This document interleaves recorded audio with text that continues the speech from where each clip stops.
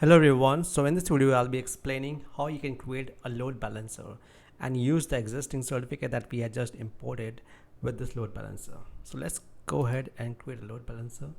For this particular demo we would be creating application load balancer. Let's click on create.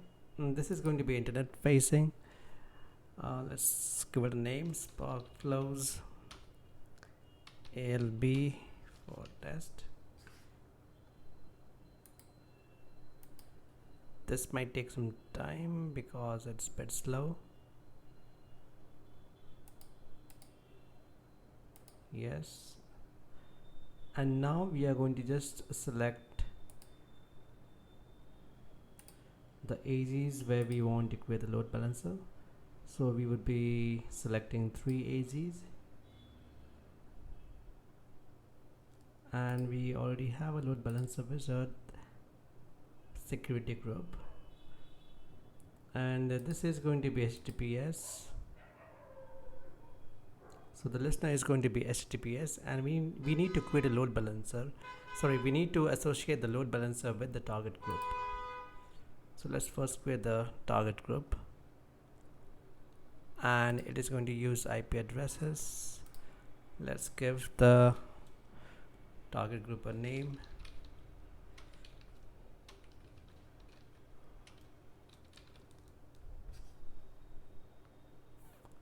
Let's stick to all the default ones, and the health check path is going to be health check. Advanced health checking is going to be to time all as 5 seconds. Interval, let's increase it to 100 seconds.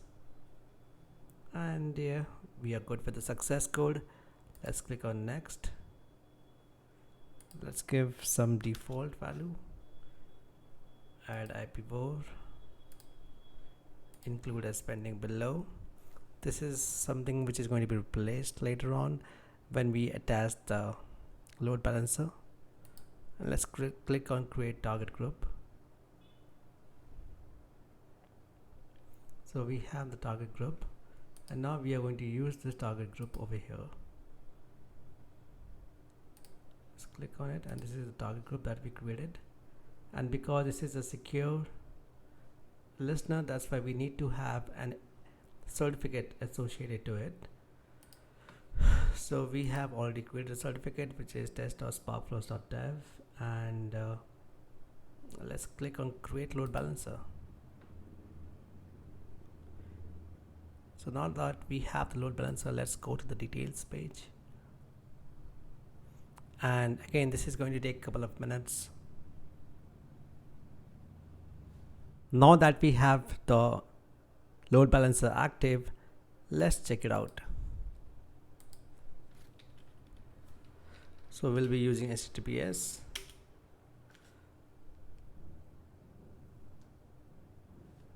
So let's check the certificate. Certificate is invalid because this is a self-signed root certificate.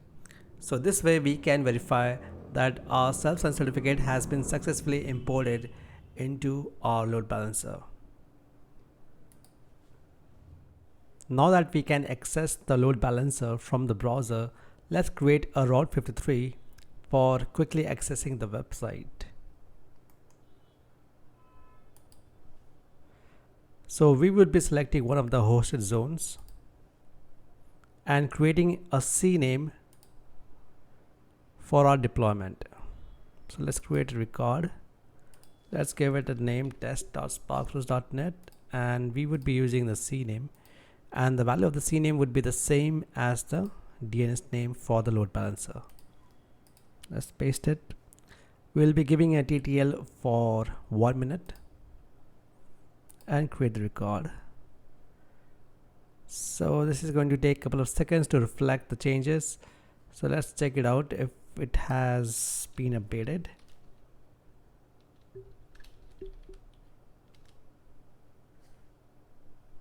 And yes, so it is working, and we can see that we are using that same certificate which we had created for the load balancer. So this validates that our Route 53 setting is working perfectly.